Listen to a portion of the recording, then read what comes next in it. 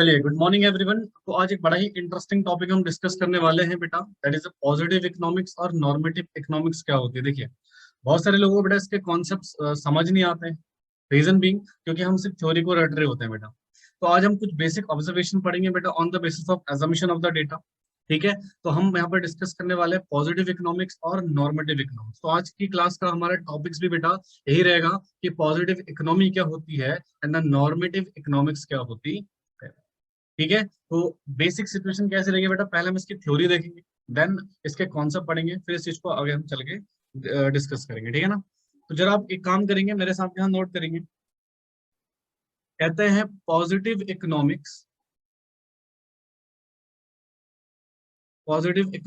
Deals with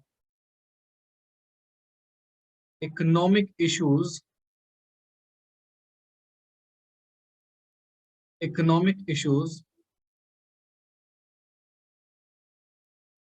या you can say problems. Economic issues या you can say economics problem. बेटा ध्यान से सुनेंगे please. Sorry,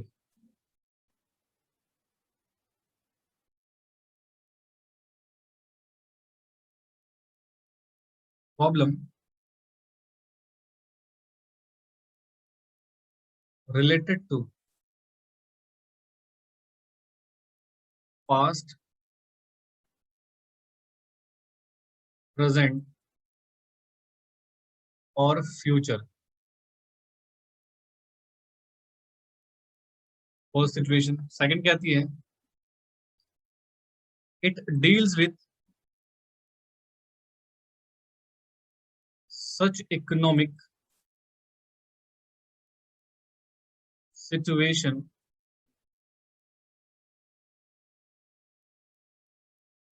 which can studies by using facts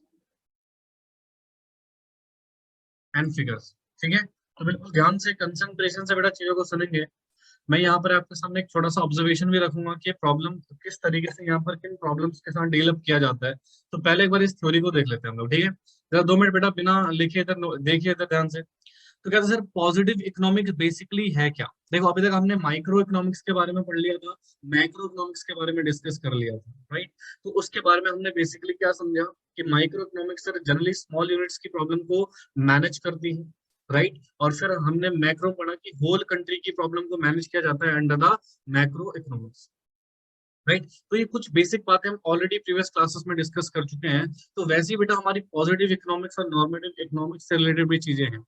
तो कहते हैं सर जो पॉजिटिव इकोनॉमी है वो डील करती है इकोनॉमिक इश्यूज। यहाँ पर भी बेटा इकोनॉमिक इश्यूज इकोनॉमिक प्रॉब्लम के साथ ही डील किया जाता है, बट वो प्रॉब्लम जो किससे रिलेटेड हो बेटा, पास्ट से। वो प्रॉब्लम जो किससे रिलेटेड हो, प्रेजेंट से। वो प्रॉब्लम जो किससे रिलेटेड है, फ्यूचर से। यानी कि 3 चीज। सर जो पॉजिटिव इकोनॉमी है वो पास्ट, प्रेजेंट और फ्यूचर से रिलेटेड जितने भी इकोनॉमिक इश्यूज होते हैं उनके रिगार्डिंग डील अप करती है।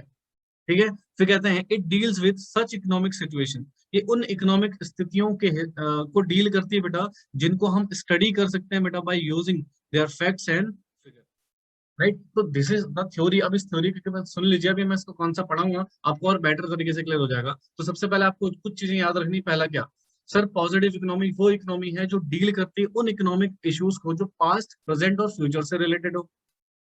पहला पॉइंट। दूसरा पॉइंट कहते हैं सर ये उन इकोनॉमिक सिचुएशन को डील करती है जिनको हम पढ़ सकते हैं, स्टडी कर सकते हैं by using their facts and figure. ठीक है सर, समझ में नहीं आया तो इसकी ऑब्जर्वेशन करते हैं। जरा 2 मिनट इधर ध्यान से देखिएगा प्लीज। अब अच्छी ऑब्जर्वेशन जब आपको करा रहा हूं तो प्लीज आप नोट डाउन नहीं करेंगे। ऑब्जर्वेशन के टाइम पे आप नोट डाउन नहीं करेंगे, बिल्कुल ध्यान से कंसंट्रेशन से चीजों को सुनेंगे। ठीक है ना। तो जरा फटाफट से बिना नोट करे इधर देखना। सम ऑब्जर्वेशन।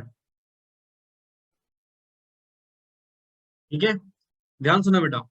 अगर मैं पॉजिटिव इकोनॉमी की बात करूं तो यहाँ पे मैं 3 ऑब्जर्वेशन आपको कराऊंगा, ए, बी और सी। हालांकि देखो इन प्रॉब्लम का जो मैनेजमेंट होगा वो होगा माइक्रो मैक्रो के अंडर ही, बट इनकी सिचुएशन को देखकर बेटा हम क्या बोलते थे इनको, पॉजिटिव इकोनॉमी या नॉर्मेटिव इकोनॉमी। ठीक है ना। तो सर कहते हैं, मान लीजिए हम यहाँ पर ऑब्जर्वेशन कर रहे हैं रिगार्डिंग पॉवर्टी इन इंडिया। अच्छा, यहाँ पर मैं जो भी डेटा यूज करूंगा ऑल डेटा अज्यूम्ड बेसिस पे होगा, ठीक है ना, राइट। जो इनका प्रैक्टिकली कोई लेना देना नहीं है बेटा, ऑल डेटा अज्यूम्ड, यहाँ पर हम सारा डेटा क्या करेंगे, अज्यूम करेंगे, इसका प्रैक्टिकली से कोई लेना देना नहीं है, डेटा अज्यूम किया जाएगा यहाँ पे, ठीक है। देखिए जरा ध्यान से प्लीज, बिना नोट करे बेटा देखना है आपको। मैं कहता हूं on the eve of independence, on the eve of independence, poverty in India affected largely affected largely percentage of population than now। मैं कह रहा हूं, ध्यान सुना बेटा प्लीज, ये कह रहा on the eve of independence poverty in India affected larger percentage of the population. तो ये जो हमारा ऑब्जर्वेशन है, it is an observation, it is an observation related to past. ये ऑब्जर्वेशन किससे रिलेटेड बच्चे, पास्ट से related, right. Likely will get, next point आते हैं, कहते हैं राइट नाउ, मान लीजिए हम यहाँ पर अज्यूम कर रहे हैं 30% of population, 30% of population in India is absolute poverty, is absolutely power, that means इसको बोलते हैं बीपीएल, बिलो पॉवर्टी लाइन, ठीक है।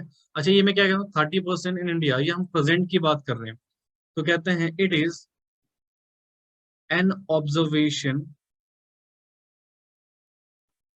Related to present.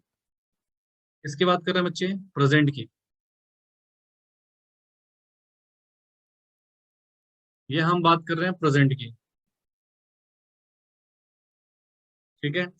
फिर मैं कह रहा हूं if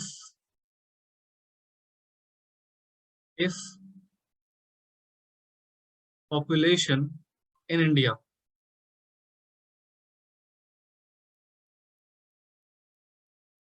continue to grow at the existing rate, the percentage of BPL below poverty line will be exceed 30% in year 2022। In year 2022, it is an observation related to future। अच्छा, ध्यान से सुनना, अगर मुझे किसी प्रॉब्लम की स्टडी करनी है, उसको मैनेज करना है, लेट अस अज्यूम भारत सरकार, हेलो उधर देखो, भारत सरकार चाहती है पॉवर्टी को रिड्यूस करना। पॉवर्टी का मतलब होता है निर्धनता, गरीबी, राइट। तो पॉवर्टी को दूर करना चाहती है सरकार, तो उसके बेसिस पे सरकार पहले ये देखेगी कि भैया जो सिचुएशन चल रही है वो कैसी है।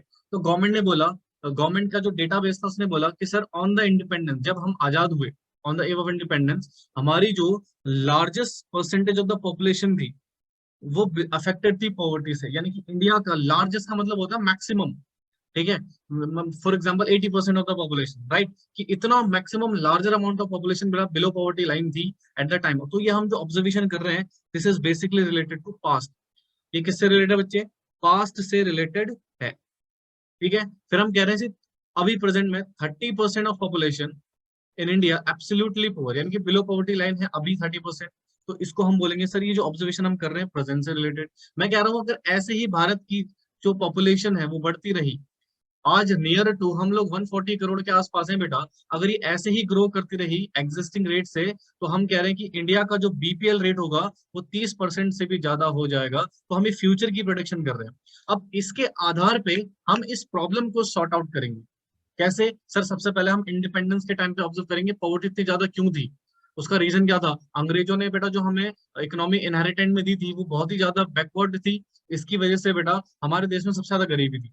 फिर उसके बाद हम देख रहे हैं प्रेजेंट में 30%। सर प्रेजेंट में क्यों? क्योंकि सर पिछली सरकारों ने माइट भी उतना अच्छे स्टेप्स नहीं लिए जिससे हम पॉवर्टी को रिड्यूस कर पाते, तो उस पर गवर्नमेंट वर्क करेगी। और फिर देखेंगे कि अगर पॉपुलेशन इसी रेट से बढ़ता रहा तो और ज्यादा बिलो पॉवर्टी लाइन का सिचुएशन हो सकता है। तो यहाँ पर गवर्नमेंट किस पे फोकस करेगी? पॉपुलेशन कंट्रोल पे यहाँ पर क्या करेगी बच्चे? फोकस करेगी। तो इस वजह, इस इन चीजों की वजह से, इन चीजों की हेल्प से बेटा हम किसी प्रॉब्लम को टैकल कर सकते हैं, सॉल्व कर सकते हैं। और ऐसा किसी भी इकोनॉमी में अगर किसी प्रॉब्लम को उसके पास्ट, प्रेजेंट और फ्यूचर के एक्सपेक्टेशन के हिसाब से, राइट, हम क्या करते हैं बच्चे? टैकल करने की कोशिश करते हैं, मैनेज करने की कोशिश करते हैं सर, तो वो जो इकोनॉमी कहलाती है उसको बोलते हैं हम पॉजिटिव इकोनॉमी। ध्यान सुनना, किसी भी इकोनॉमिक प्रॉब्लम को उसके पास्ट, उसके प्रेजेंट और उसके फ्यूचर के बेसिस पे हम क्या करते हैं? मैनेज करने की कोशिश करते हैं। तो ऐसी इकोनॉमिक्स को हम क्या बोलते हैं बच्चे? Positive economy. क्लियर हुआ? The concept of positive economy समझ आया बेटा आपके? चलिए इसको नोट कीजिए फटाफट से प्लीज।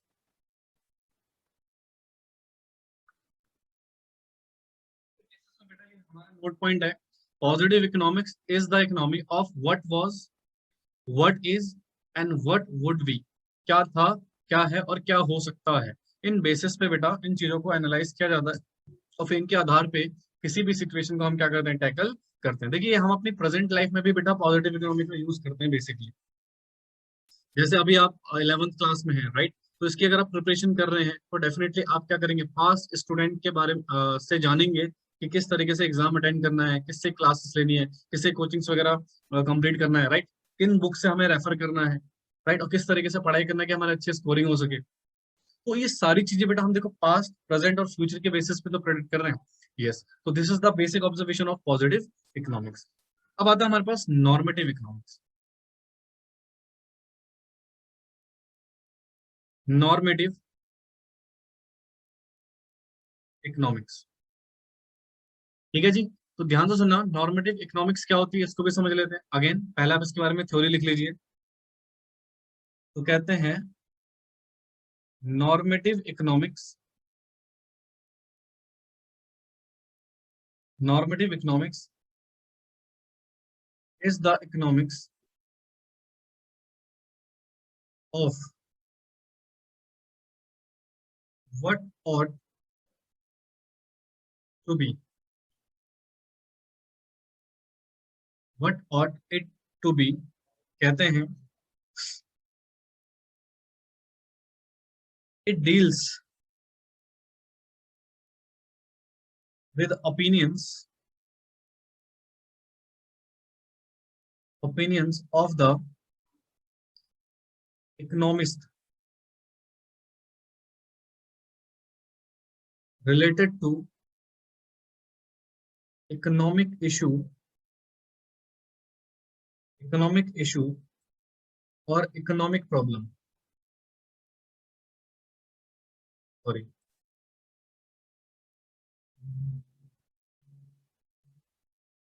प्रॉब्लम। ठीक है, तो यहाँ पर एक सिचुएशन है, कहते हैं डिफरेंट इकोनॉमिस्ट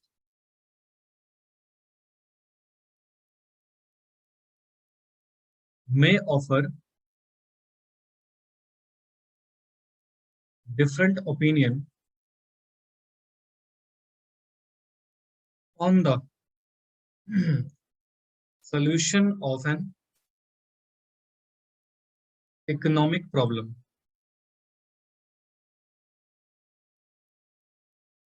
तो कहते हैं opinions involve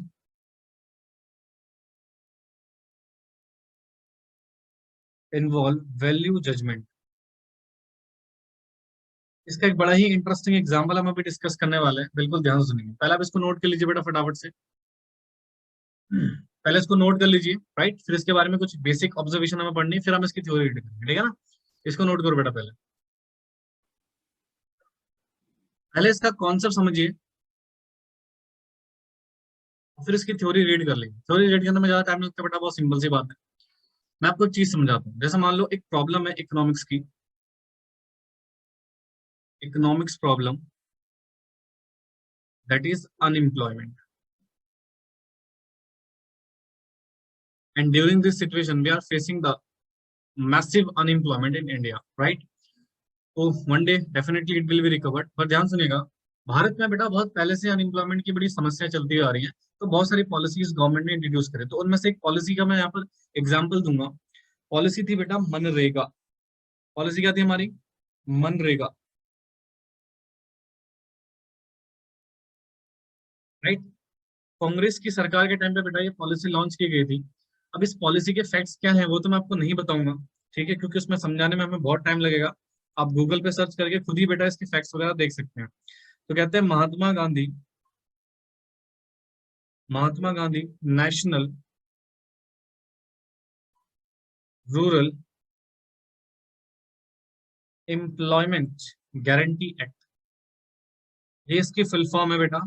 जहां पर बेटा कुछ गरीब लोगों को जिनको रोजगार नहीं मिलता था, उनको भारत सरकार गारंटी देती थी कि हम आपको 100 डेज का, राइट, समथिंग, हम आपको क्या प्रोवाइड करेंगे बेटा?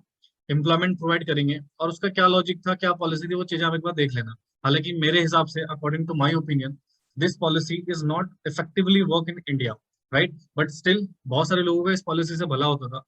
तो इस पॉलिसी के रिगार्डिंग, ये पॉलिसी बेसिकली किसके लिए थी बेटा? Reduce the unemployment. ये पॉलिसी किस रिगार्डिंग बनाई थी बेटा सरकार ने? अनएम्प्लॉयमेंट को रिड्यूस करने के लिए। अब यहाँ पर क्या था ना, अलग अलग इकोनॉमिस्ट ने, अलग अलग इकोनॉमिस्ट की अलग अलग ओपिनियन थी बेटा इस पॉलिसी को लेके, कि पॉलिसी होनी चाहिए नहीं होनी चाहिए। इस पॉलिसी को, राइट, गवर्नमेंट ने जब पॉलिसी लॉन्च करी बेटा, तो क्या पॉलिसी सही थी या नहीं थी, बहुत सारे इकोनॉमिस्ट ने अपने ओपिनियन इसमें दिया। तो ध्यान से प्लीज, क्या होता है ना, सरकार हर किसी से ओपिनियन लेती है, फिर उस पॉलिसी को इफेक्टिव करती है। तो ध्यान से लेंगे, मान लो एक पर्सन ने बोला, एक पर्सन का ओपिनियन था, ध्यान सुनिए बेटा प्लीज। उन्होंने कहा M MNREGA MNREGA will one day bring an end to the problem of unemployment. बेटा ध्यान से सुनते रहना, अभी समझ में आ जाएगा आपको। Problem of unemployment in the country. This is the opinion of one person, और दूसरे पर्सन का ओपिनियन था MNREGA is just a programme, just a programme of financial add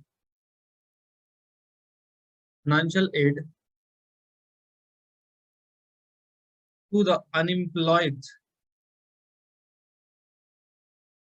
people in rural India.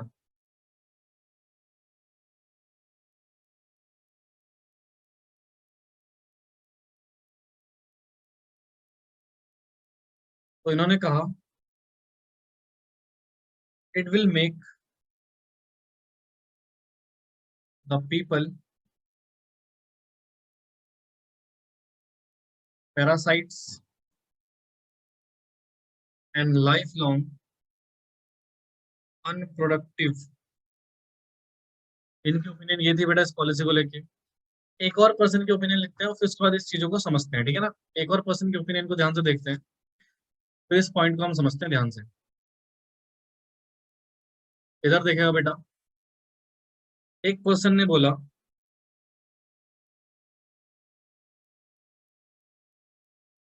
MNREGA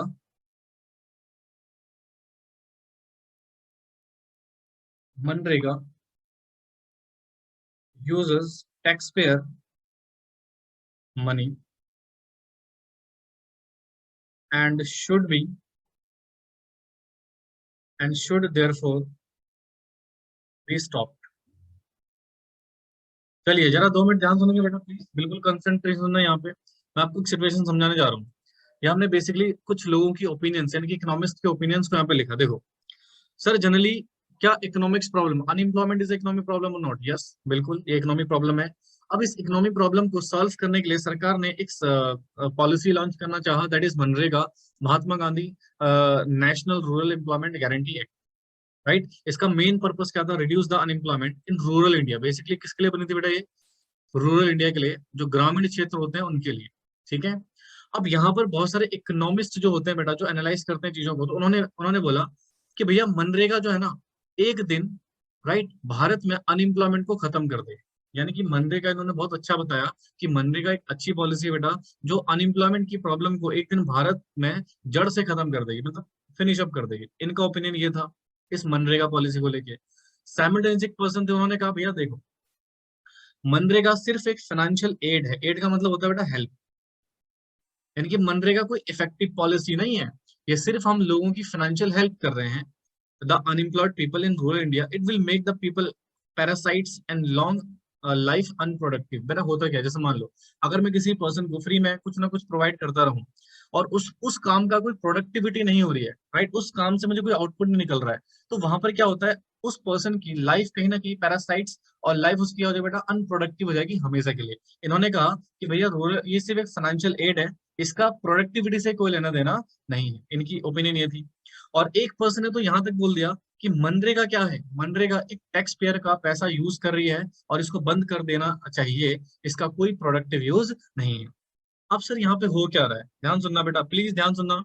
यहाँ पे क्या हो रहा है, मनरेगा यानी कि सर जो अनएम्प्लॉयमेंट की समस्या है, उसके रिगार्डिंग जो हम पॉलिसी बना रहे हैं, उस पॉलिसी को किसके आधार पे बनाया जा रहा है, लोगों की, इकोनॉमिस्ट की ओपिनियन के आधार पे। किसके आधार पे बेटा, यानी कि सर किसी भी इकोनॉमी की प्रॉब्लम को हम सॉल्व कर रहे हैं, किसी भी इकोनॉमी की प्रॉब्लम को सॉल्व कर रहे हैं, किसके आधार पे बेटा, ओपिनियंस के आधार पे, इकोनॉमिस्ट के ओपिनियन के आधार पे कि ये पॉलिसी होनी चाहिए या नहीं होनी चाहिए, राइट। तो इस तरह की इकोनॉमी को हम बोलते हैं नॉर्मेटिव इकोनॉमी। यानी कि सर ध्यान सुना लो, इधर देखो सर, अगर मैं किसी भी इकोनॉमी प्रॉब्लम में किसी इकोनॉमिस्ट का ओपिनियन ले रहा हूँ और उस ओपिनियन के आधार पे मैं क्या कर रहा हूँ बच्चे, पॉलिसी बना रहा हूँ, और उस पॉलिसी को हम इंप्लीमेंट कर रहे हैं और उस प्रॉब्लम को सॉल्व कर रहे हैं बेटा, तो ऐसी इकोनॉमी को हम क्या बोलते हैं, नॉर्मेटिव इकोनॉमी। क्या बोलते हैं बच्चे इसको, नॉर्मेटिव इकोनॉमी। जरा 2 मिनट इधर देखिए, 2 मिनट इधर देखिए, कहता है नॉर्मेटिव इकोनॉमिक्स, कहता है normative economics the economy, right, of what ought to be, यानी कि क्या करना चाहिए, इसका मतलब होता है व्हाट ऑट टू बी, मतलब क्या करना चाहिए। कहते हैं it deals with opinions, it deals with opinions of economist related to the economic problem and economic issues. यानी कि यहाँ पर जनरली बेटा हम किसी भी इकोनॉमिक प्रॉब्लम को, किसी भी इकोनॉमिक इश्यूज को कैसे डील करते हैं बेटा, इकोनॉमिस्ट की ओपिनियन के बेसिस पे, ठीक है। फिर कहते हैं अलग अलग तरीके के इकोनॉमिस्ट का, यानी कि हर तरह के अलग अलग पर्सन की ओपिनियन बेटा अलग अलग हो सकती है एक पर्टिकुलर प्रॉब्लम को लेके, ठीक है ना। यानी कि जैसे बहुत सारे एग्जांपल्स हुए बेटा भारत में, ठीक है, जहां पर कुछ इकोनॉमिस्ट उस पॉलिसी से एग्री करते हैं, कुछ इकोनॉमिस्ट उस पॉलिसी से एग्री नहीं करते, तो इनके जस्ट क्या होते हैं बेटा, ओपिनियंस होते हैं, और इन्हीं ओपिनियंस को हम बोलते हैं value judgement. But they are not truth, they are not 100% truth, but they are value judgement. इनको हम एज ए कंसिडर कर सकते हैं किसी भी पॉलिसी बनाने के लिए। तो इन शॉर्ट बेटा क्रक्स क्या निकल के आता है, सर नॉर्मेटिव इकोनॉमी क्या है बेटा, नॉर्मेटिव इकोनॉमी वो इकोनॉमी है जो बेसिकली बेटा किसी भी इकोनॉमिक प्रॉब्लम को सॉल्व करती है, ध्यान सुना प्लीज, किसी भी इकोनॉमी को प्रॉब्लम को सॉल्व करती है with the help of economist opinion. ऐसी इकोनॉमी को बेटा हम क्या बोलते हैं, नॉर्मेटिव इकोनॉमी। तो दिस इज द एग्जांपल्स, ये हमने एग्जांपल देखी अलग अलग पर्संस के एक पर्टिकुलर पॉलिसी को लेके, एक पर्टिकुलर प्रॉब्लम को लेके कैसे कैसे अलग अलग ओपिनियन हो सकते हैं। समझ आया बच्चे। तो बेटा with this positive economics and normative economics दोनों ही कॉन्सेप्ट यहाँ पर हमारे खत्म हो गए, ठीक है। पॉजिटिव इकोनॉमी भी हमने पढ़ ली, नॉर्मेटिव इकोनॉमी बेटा हमने पढ़ ली, और दोनों ही इकोनॉमी बेटा यहाँ पर हमारी कंप्लीट होगी। यानी कि इसका मतलब ये सर, हमने 4 तरह की इकोनॉमी पढ़ी, माइक्रो, मैक्रो, पॉजिटिव, नॉर्मेटिव, और ये चारों तरह की इकोनॉमी हमने समझ ली इन डेप्थ, काफी डिटेल में, ठीक है। समझ आया बच्चे, this is very important for exam prospect, इसको नोट कर लीजिए प्लीज।